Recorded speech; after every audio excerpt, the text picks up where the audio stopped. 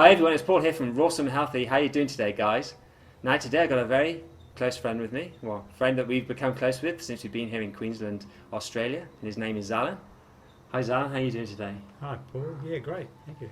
Now Zalan is a raw vegan. He's been on the raw vegan path for many years. So today I wanted to interview him and get his take on the various different questions that I wanted to ask him. So Zalan, let's start off with the first one. How many years have you been a vegan and how many years have you been a raw vegan? The vegan started I think about 1991 and it was only 12 months or so before the raw vegan activity kicked in, particularly as a result of going to the I think it was the 7th International Vegan Festival in Tossa del Mar in Spain. Francisco Martin, who was facilitating the event, was actually a long-term raw vegan, and I met a number of other raw dietary followers, and so I quickly, I mean, fruit has always been, I can remember shitting up trees as a kid over the fence, and like the fruit, when parents came home from the market, fruit was high on the agenda for me, and so getting into the raw foods was pretty much a tradition, really. And although I'd been a vegetarian for probably 15 years, I guess, before I became involved with the vegan way, the raw path happened very quickly afterwards. Yeah. So it's like a natural transition, really. It was a very natural transition, yeah. Okay, great. What changes have you experienced on the raw vegan diet? Yes, well, changes. Lots, I should imagine. Yeah, look, it's this is a difficult area, I think, really. Like, for someone who's been in good health, which basically I have been for most of my life. In fact, I can't recollect really any time that I've had poor health at all. So, and not being involved in a sport, although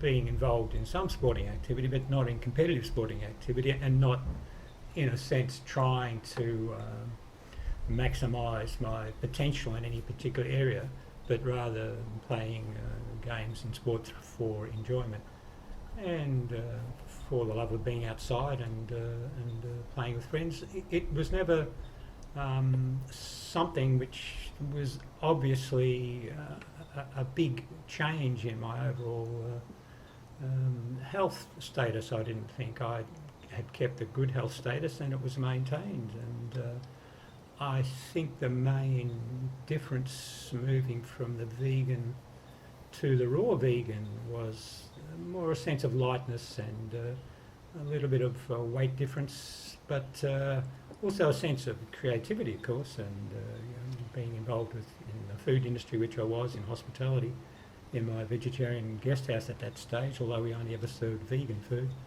Moving into the raw vegan area of preparation was really a very entertaining and exploratory activity. So it was really, things came together actually when the raw came on board. These days we're seeing more and more people going vegan, raw vegan.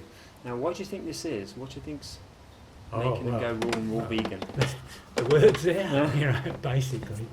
Cat's out of the bag, as they say. Yeah, look, it's out of the bag. The information everywhere supports a vegan diet, I think. But I think the other thing that's happening, of course, is people are becoming much more aware of their capacity to make a variety of choices, because the choices which other people make is much more present in, obviously as a result of the technology, is much more present. So when people see a range of choices, they go for the best one.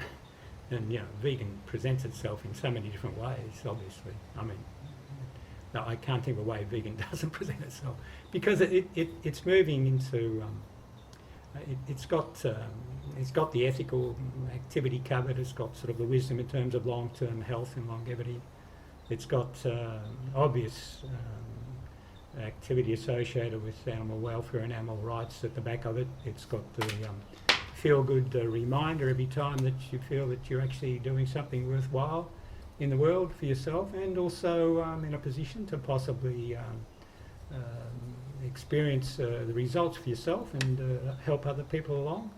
And of course, from an environmental point of view now, with the potential that we have for managing the changes which are upon us, the vegan way really is actually the quickest way that we can actually respond as a community to providing a move towards a sustainable and less imposing future on the planet.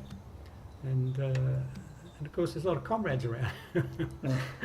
Yeah. There's more and more people becoming more vegan. Exactly. Yeah, definitely. Exactly. There's a lot of us now. Yeah.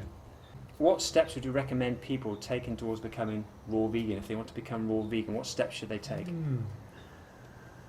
Well, the thing is to have a balanced view, I think, at any time. It's interesting, actually. I really feel that a raw vegan diet is actually a conservative choice. Now, this might seem a bit out there, but in principle, there's so much information around to suggest that choices to do with processed food and foods which have not been around for that long, and that covers a lot of the available foodstuffs in a supermarket, for instance. And so one's left basically, in my view, with the fruit and vegetable section of the supermarket. Now, obviously, there's grains and nuts and other things which someone following a vegan way might wish to get into, but once you're moving into the raw area, these aren't things which necessarily, unless you're sprouting and maybe making a few gourmet items, it's not necessarily a large part of the diet. So I think overall, just the path to the raw vegan diet in terms of creativity and the sense of what one feels like.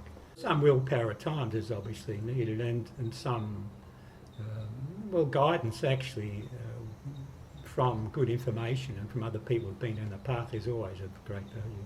Is that something you really benefited from yourself in the past? Yeah, it is actually. I've read a lot, obviously, and not knowing the sort of interaction which occurs now on the internet and with forums and various things.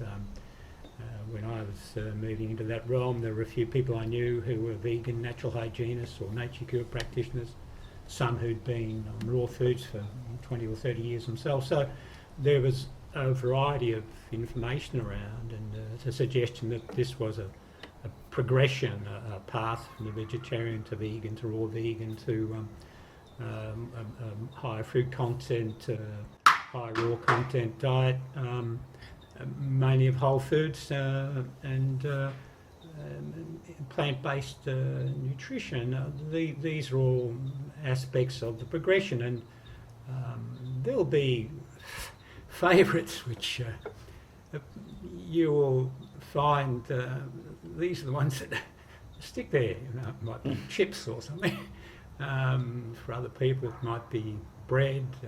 There'll be some, probably when you move the raw vegan thing, there'll be things like complex carbohydrates which, depending upon your cultural background and your preference and what you're used to, will be the things which you might be the last ones that you'll actually move away from. But in the end, just work at your own pace. Now my final question to you is, for those of us who are already raw vegan or vegan, how can we influence those around us to perhaps go vegan and raw vegan themselves? Oh. What ways can you think of? Yeah, what ways can you think of? Well, this applies to anything which someone is doing in terms of transition.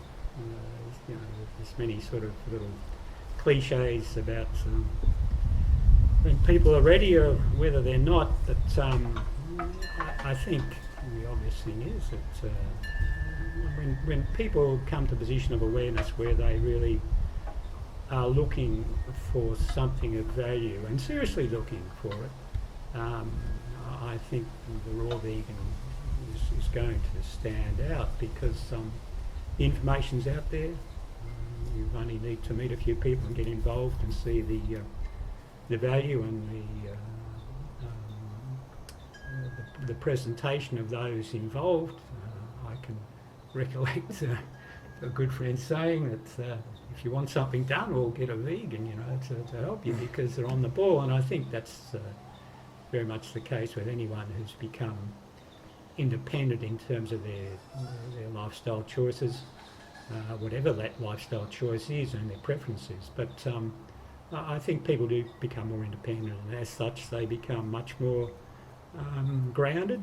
They become much more aware of a holistic attitude to the whole of their life, not just to the nutritional path. And so the way of living, I think, starts actually to shine out. So if we're going to sort of have a sort of an ending sort of thing here, I think I'd say that there is actually a raw glow in a sense, and you look around for the raw glow. That's a good way to determine if there's someone got some information that's potentially going to be good.